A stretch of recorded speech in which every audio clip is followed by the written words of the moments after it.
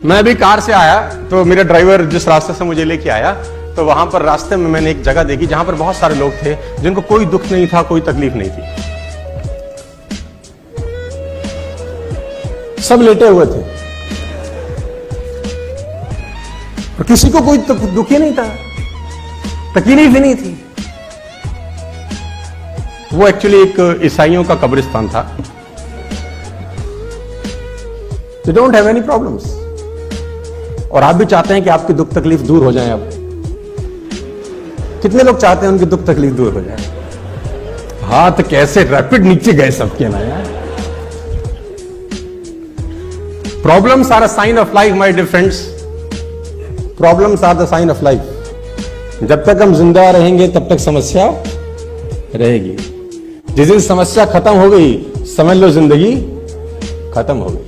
और जब आपकी जिंदगी में कोई समस्या ना हो ना तो घुटनों के बल बैठ जाना और ऊपर देख के बोलना, भरोसा खत्म हो गया क्या?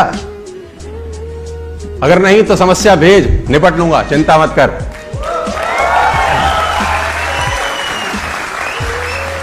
आपकी समस्याएं मैं खत्म कर दूं, कर सकता हूं, तरीका है। वो लेटा है, उसको मार, उसको कोई तकलीफ नहीं, उसके नाक में घुसंड मार, घूसा मार, दबा दे, तकलीफ होगी उसको।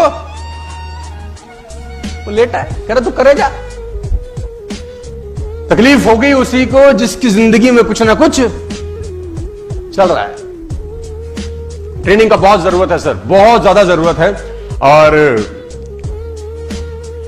जैसे कहते हैं ना कि वो जो कोयला रहता है वो अंगीठी के अंदर गर्म रहता है।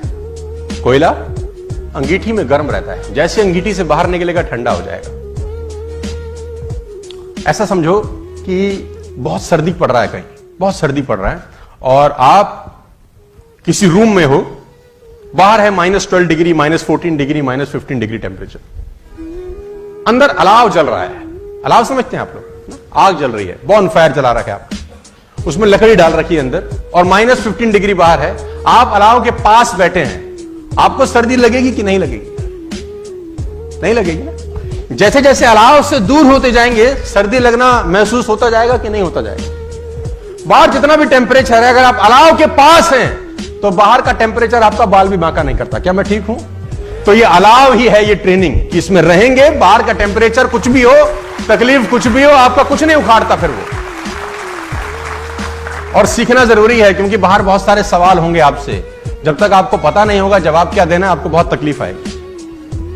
वो एक बहुत पुरानी सी कहानी है कि एक आदमी ना आंख चेक कराने चला गया।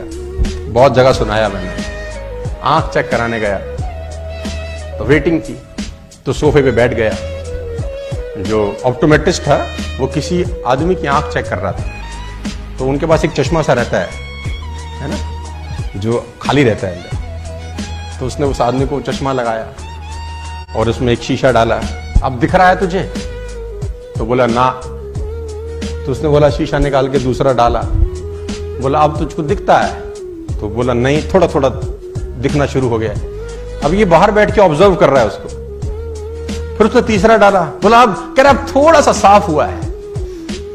फिर उसने चौथा शीशा डाला। बोला हाँ अब मुझे बिल्कुल दिखाई दे। तो उसने पर्ची बनाई कि बाहर चश्मा बना दिया।